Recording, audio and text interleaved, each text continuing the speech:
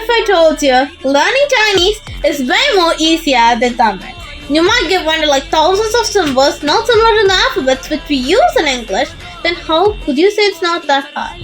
But the fact is, it's way more logical than you think. And that's a secret which most of the people doesn't even aware about this when they start learning their Chinese learning journey. So in this video, I'm going to tell all those things, like all those doubts which you have when you're starting learning your Chinese journey. And also, what are the things you need to know for HSK1? What is the pronunciation system? What is the writing system? What is the difference between the simplified Chinese characters? What is the difference and the traditional Chinese characters? So every single thing will be clarified in this video. So don't skip this video. So I'm Avinika and you're watching Avinika.com, a place to learn in a fun, interesting and creative way. So without any sort of delay, let's dive into that. So basically the writing system in Chinese is called Hanzi, and each shows a different meaning.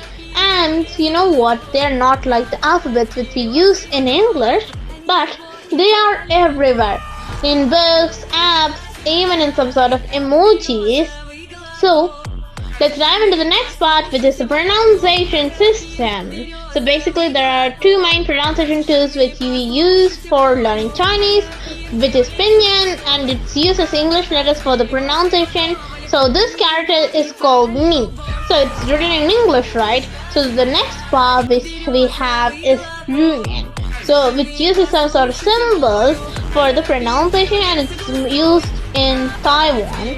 So as we are beginners, the pinyin is pretty much easier for us.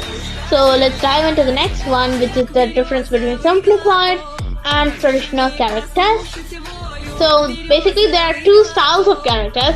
The simplified characters have only fewer strokes and it's easier, and it's used in mainland China. On the other hand, we have traditional one, which is more detailed, and it's used in Taiwan. As we are beginners, let's dive into the simplified version. So how many and what are the things we have to focus for HSK1?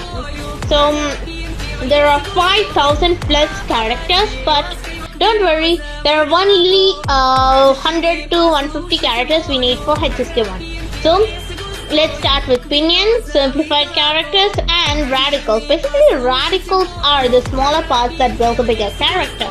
So now you know what is Chinese writing system, pinyin, and what are the things you need for HSK1. So if you want to learn together, just hit the subscribe button if you are ready to have more fun and simplified Chinese lessons.